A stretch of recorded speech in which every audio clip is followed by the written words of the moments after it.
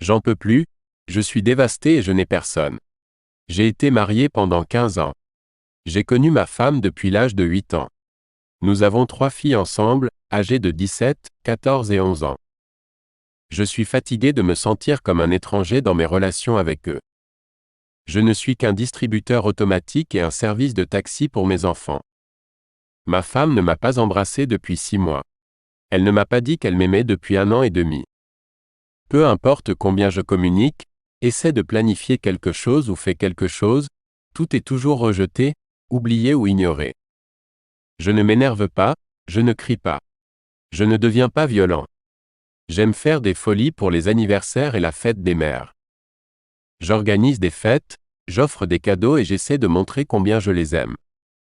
Je reçois un merci tiède, et si j'ai de la chance, une étreinte rapide qui dure une microseconde. Cette semaine a été le point de rupture. La fête des pères.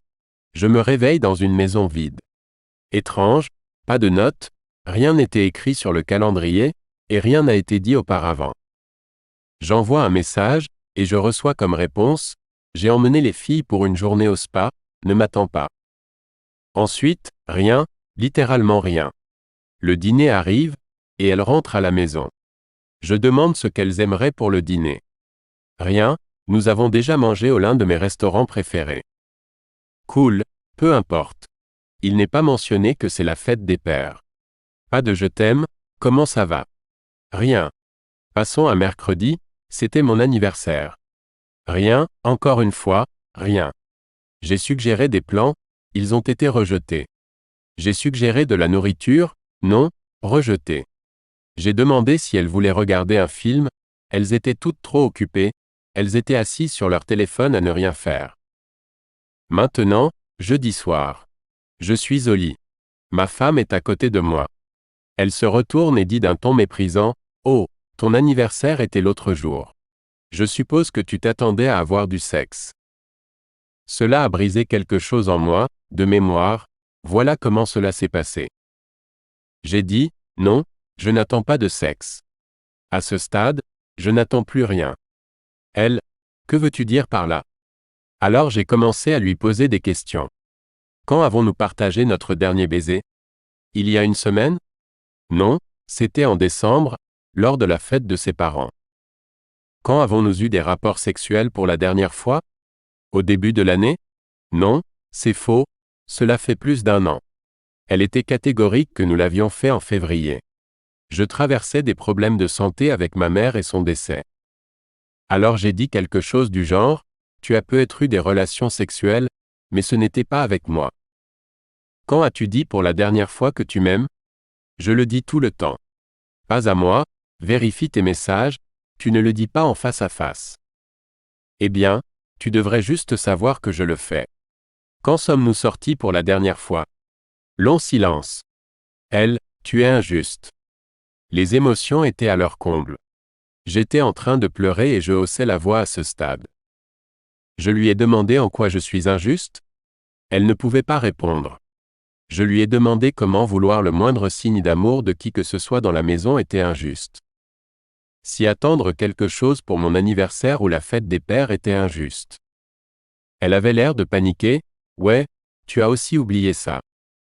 Je ne suis pas un distributeur automatique, je ne suis pas un service de taxi, je ne suis pas un punching ball. » Elle a demandé pourquoi cela surgissait comme ça, sans prévenir. Ce n'était pas le cas. J'ai essayé de parler à ma famille et encore une fois, j'ai été ignoré ou rejeté. J'ai apporté des exemples. J'ai eu un « je ne savais pas que tu étais sérieux.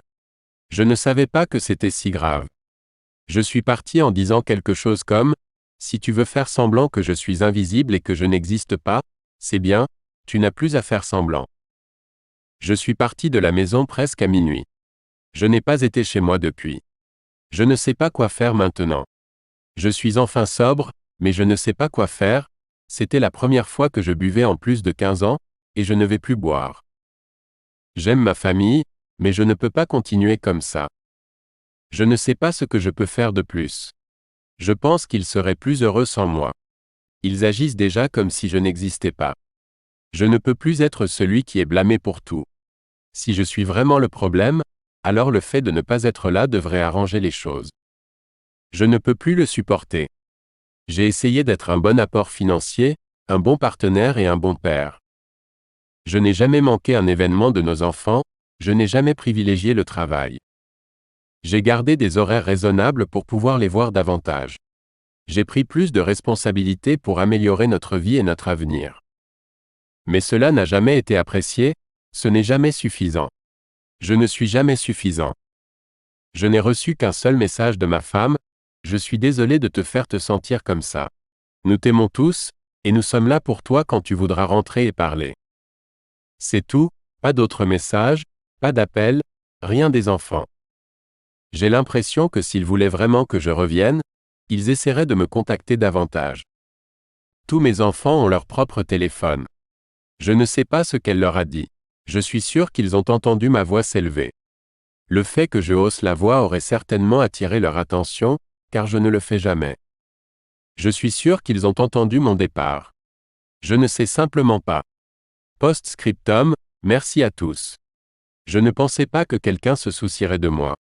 Vous m'avez donné un peu d'espoir et des conseils que je vais explorer. Je ne sais pas comment répondre à de nombreux commentaires, je sais comment le faire, juste pas en mots. Je vais essayer de mieux comprendre les choses. Je suis maintenant sobre à 100%, donc mon esprit est plus clair. Je vais commencer à rencontrer des gens dès lundi et essayer de trouver des options.